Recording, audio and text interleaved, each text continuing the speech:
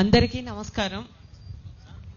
ఈ కార్యక్రమానికి ముఖ్య అతిథులుగా విచ్చేసిన పెద్దలు, గౌరవనీయులు, పూజ్యులు, మాజీ రాజ్యసభ సభ్యులు, ప్రముఖ పారిశ్రామికవేత్త టీజీ వెంకటేష్ అన్న గారికి, అలాగే గౌరవనీయులు, పెద్దలు, పూజ్యులు బివి రెడ్డి అంకుల్ గారికి, టీజీ పాండురంగ అయ్య గారికి, అలాగే పత్రిజీ పెద్ద కూతురైన పరిణిత గారికి, ఇంకా డిఎస్పి గారికి, వేదికను అలంకరించిన పెద్దలందరికీ, ఈ కార్యక్రమానికి విచ్చేసిన సోదర సోదరీమణులందరికీ, అలాగే పత్రిజీ సేవాదల్ సభ్యులకి, ఈ కార్యక్రమానికి విచ్చేసిన అందరికీ పేరు పేరున హృదయపూర్వకంగా నమస్కారాలు తెలియజేసుకుంటున్నాను.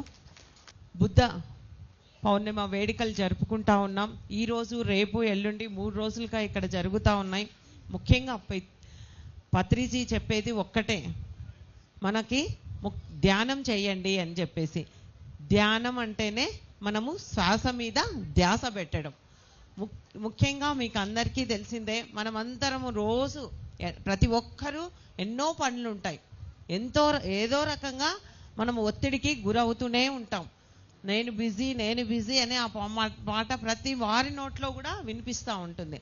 కానీ దానికి మనకు ఒక టైం అంటూ మనం కేటాయించుకొని మన ధ్యానం చేసుకుంటూ మన ఒత్తిడిని మనము తగ్గించుకోవాలి. దానికోసం అంటే చిన్న పిల్లల దగ్గర నుంచి ఈరోజు ఒత్తిడికి గురవుతూ ఉన్నారు. మీకు అందరికీ తెలిసిందే, చిన్న పిల్లల్ని కూడా మనము స్కూల్లో వేస్తూ ఉన్నాం. వాళ్ళు వెళ్ళడం ఇంకా స్టార్టింగ్ నుంచే ఒత్తిడికి గురవుతూ ఉన్నారు వాళ్ళు. కాబట్టి ఇవన్నిటిని తీసేసి మనము ధ్యానం పైన శ్రద్ధ పెట్టాలి. రోజు కొద్దిసేపు అయినా ధ్యానం చేసుకోవాలి అని చెప్పడం జరిగింది. అంతేకాకుండా మనకు ఇతరులకు సేవ చేయండి. మనకు చాలామంది ఎంతో రకంగా గొప్ప ధనవంతులే ఉన్నారు, కానీ సేవ చేసే భాగ్యం మాత్రం కొందరికే దక్కుతుంది, కొందరికే అలవాటు కూడా ఉంటుంది. ఇందాక మనకు చెప్పారు పెద్దలు, గౌరవ మన టీజీ వెంకటేష్ అన్న గారు, ప్రతి ఇయర్ 4 కోట్ల వరకు మనకి ఎన్నో సేవా కార్యక్రమాలు చేస్తూ ఉన్నారంటే చూడండి.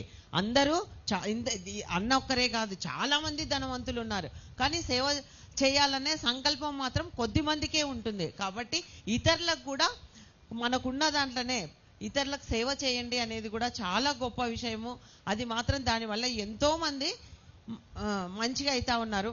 అంతేకాకుండా ఈరోజు మనం చూడండి, ఇంత పెద్ద ఎత్తున ఈ పిరమిడ్ ధ్యాన కేంద్రంలో 3 రోజులుగా ఈ కార్యక్రమాలు సేవాదళ్ళ ఆధ్వర్యంలో అందరూ దీన్ని బాధ్యతగా తీసుకొని దీన్ని ముందుకు తీసుకెళ్ళాలి అన్న మంచి ఉద్దేశంతోనే ఎంతో మంది దీంట్లో పాల్గొని ఈ కార్యక్రమాన్ని విజయవంతం చేస్తూ ఉన్నారు. కాబట్టి అందరికీ పేరు పేరున కూడా హృదయపూర్వకంగా ధన్యవాదాలు తెలియజేస్తా ఉన్నా.